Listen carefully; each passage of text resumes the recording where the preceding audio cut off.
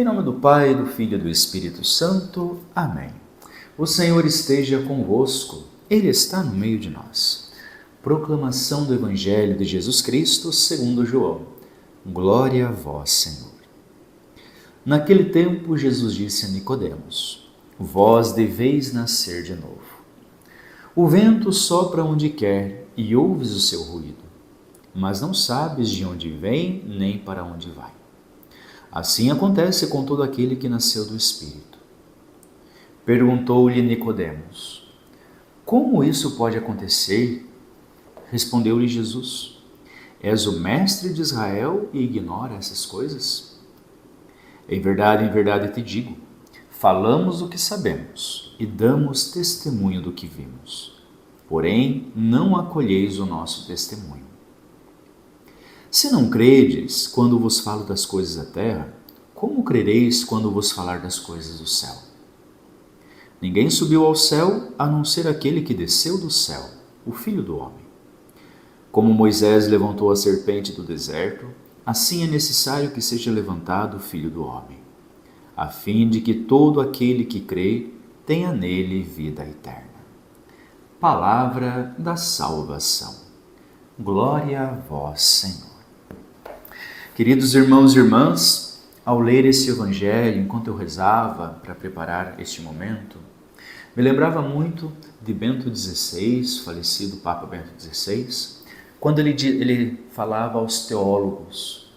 Ele dizia assim: fazer teologia não é simplesmente falar de Deus, mas é falar com Deus.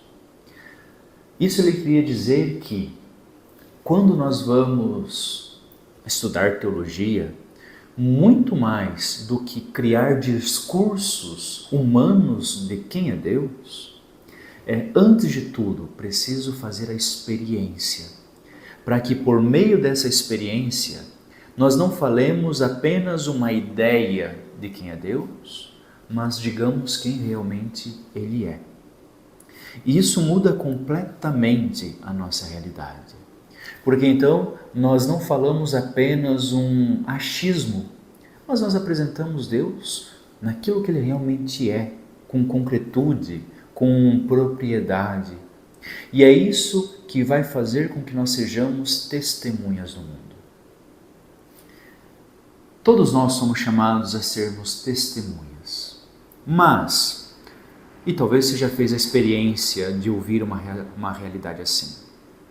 Tem uma pessoa que fala muito sobre Deus. E fala no Instagram, e fala aqui, e fala ali, e faz postagens e tal. Ou você vai conversar com uma pessoa e ela tem um discurso muito bonito de Deus. Mas no fundo a gente percebe quando são palavras que saem apenas da boca, mas quando nós vamos conversar com alguém que fala sobre Deus, fala da fé, mas com palavras que brotam do coração. Porque não simplesmente ouviu falar aqui e ali como se fosse uma fofoca, mas como uma pessoa que de fato fez a experiência, de fato viveu junto de Deus. E é isso que ajuda as pessoas a desejarem este mesmo Deus. E com tudo isso, eu diria de maneira especial ao pai, à mãe, ao padrinho, à madrinha, de muitas crianças, por exemplo, que estão vivendo na catequese. Querido pai, querida mãe, você tem uma missão indispensável na vida de suas crianças, de seus filhos. Eles podem vir na catequese e vão ouvir falar de Deus, e vão sim escutar sobre Deus, e vão sim estudar sobre Deus. Mas o que de fato vai ajudá-los a decidir ser cristão católico e viver como cristão católico é o teu testemunho em rezar em casa, em vir na missa, em ajudá-los a viver a experiência de Deus.